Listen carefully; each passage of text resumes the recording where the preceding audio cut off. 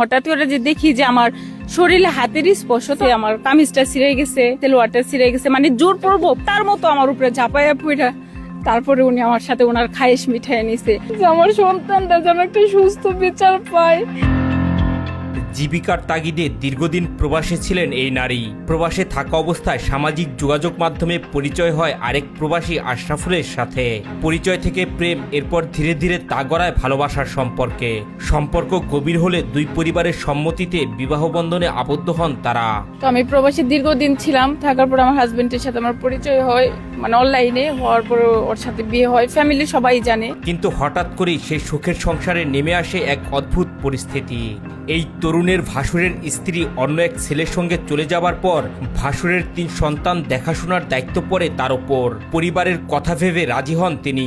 প্রায়ই থাকতে হতো ভাসুরের বাড়িতে। তো আমার যা কিছুদিনের ভিতরে হচ্ছে যে পরকীয়া করে অন্য লোকের সাথে চলে যায়। পরে ওনার যে 3টা সন্তান, ওদের দেখাশোনা করার জন্য আমার ভাসুর আর আমার শাশুড়ি ওনার বাসায় পাঠায় শ্রীপুরে। তখনও তিনি বুঝতে পারেননি যাদের আপন ভেবেছিলেন তাদের মধ্যেই লুকিয়ে আছে ভয়ঙ্কর বিপদ। আমি ওনাদের বাচ্চা কাচ্চা বা ওনার দেখাশোনা সবই করি, মানে একটা সংসার যেভাবে করতে হয় আর কি। এক রাতে 3 শিশুকে নিয়ে ঘুমিয়েছিলেন তিনি। গভীর রাত, চারপাশ নিস্তব্ধ। হঠাৎ ঘুমের ভেতরে অনুভব করেন তার শরীরে কেউ হাত দিচ্ছে।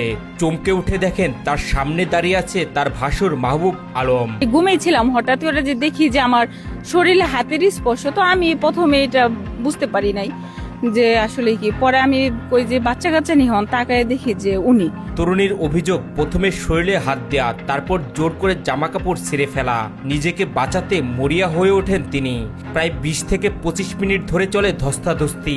তিনি বারবার বাধা দেন, কান্না করেন, অনুরোধ করেন, কিন্তু কিছুতেই থামেনি মাহবুব। ওই রকম করতেছে। পরে কই ভাই আপনি এখানে কেন? আমার এই পাশে যে থাবা দিছে আমার কামিজটা ছিঁড়ে গেছে, তারপরে এই দিক দিয়ে আমার কামিজটা আমি সব ছিঁড়ে গেছে, সেলোয়ারটা ছিঁড়ে গেছে, মানে জোর পড়বো, মানে যতটুকু সময় মনে হয় 20-25 মিনিট আমার সাথে ধস্তাধস্তি হয়েছে, কোনো কিছু হয় নাই। এক পর্যায়ে ভাসুরের মেয়ের ঘুম ভেঙে গেলে পরিস্থিতি আরো ভয়াবহ হয়ে ওঠে। অভিযোগ অনুযায়ী মাহবুব ঘর থেকে ধারালো অস্ত্র এনে তাকে প্রাণে মেরে ফেলার হুমকি দেয়। সেই মুহূর্তে আতঙ্কিত হয়ে পড়েন এই তরুণী। নিজের জীবন বাঁচানোর জন্য শেষ পর্যন্ত নিরুপায় হয়ে যান তিনি।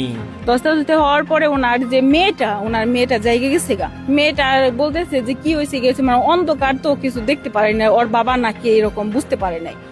ও আর ওই যে ওর যে ছোট ভাইটা, ছোট 3 বছরের, ওরা সে কান্না করতেছে। কান্না করার পরে হচ্ছে যে আমি লাইট জ্বালামো এরকমও তো উঠা যাইতে পারতেছি না। এক পর্যায়ে আমি আর কোনো কিছু পারি না। ধারালো বটি ছিল, ও বটি নিয়ে আসতে কয় তোর জব করে ফেলাম যদি তুই এখন বেশি চিল্লা ফাল্লা করস। তারপর আমি নিরুপায় হয়ে যাই। নিরুপায় হওয়ার পর আর আমার হাতে কোনো কিছু থাকে না। উনি ওনার খায়েশটা কুত্তার মতো আমার উপরে ঝাঁপাইয়া পড়া।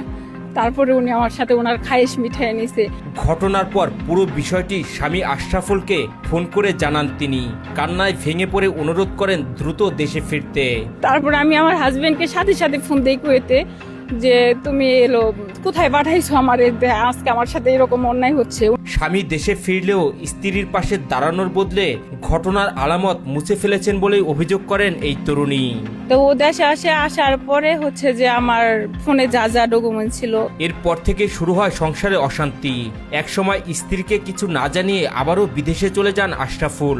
বিদেশে যাবার পর ধীরে ধীরে বন্ধ হয়ে যায় যোগাযোগও। ফোন নম্বর, সামাজিক যোগাযোগ মাধ্যম সহ সব জায়গায় থেকে নিজেকে আড়াল করে ফেলেন তিনি। 17 তারিখে উনি আমার ফোন টোন যা যা ছিল সমস্ত কিছু নিয়ে 17 তারিখে ওর ভাই মাহবুব ওরে এয়ারপোর্ট পর্যন্ত পৌঁছাই দেয়। নিরুপায় এই নারী তখন আশেপাশের মানুষের কাছে পুরো ঘটনা খুলে বলেন। পরবর্তীতে ভাসুর মাহবুব আলমের বিরুদ্ধে লিখিত অভিযোগ দায়ের করেন। তারপর আমি সবাইকে জানাই। সবচেয়ে হৃদয় বিদারক বিষয় হলো বর্তমানে তিনি 8 মাসের অন্তঃসত্ত্বা। তবুও পাশে নেই স্বামী। তার অভিযোগ, বিদেশে যাবার আগে তার কাছ থেকে টাকা পয়সা হাতিয়ে নিয়ে গেছেন আশরাফুল। আমার কাছে থেকে তো আমার সর্বহারা করছে। আমার কাছে জানুয়ারির 31 তারিখেও 5 লাখ টাকা নেয়। একদিকে ভাসুরের নির্যাতন, অন্যদিকে স্বামীর অবহেলা, সব মিলিয়ে একসময় আত্মহননের সিদ্ধান্ত নিয়েছিলেন তিনি। কিন্তু অনাগত সন্তানের কথা ভেবে সেই পথ থেকে ফিরে আসেন। আমি অনেকবার গেছি এই সন্তান পেটে নিয়ে আত্মহত্যা করার জন্য, কিন্তু আমি পারি নাই যে আমার জন্য আরেকটা প্রাণ কেন দিব আমি। এখন প্রশ্ন উঠেছে, একজন নারী কোথায় নিরাপদ? নিজের পরিবারেও যদি নিরাপদ না থাকে তাহলে সে কার কাছে বিচার চাইবে? অনেকেই বলছেন এমন অভিযোগের সঠিক তদন্ত হওয়া জরুরি।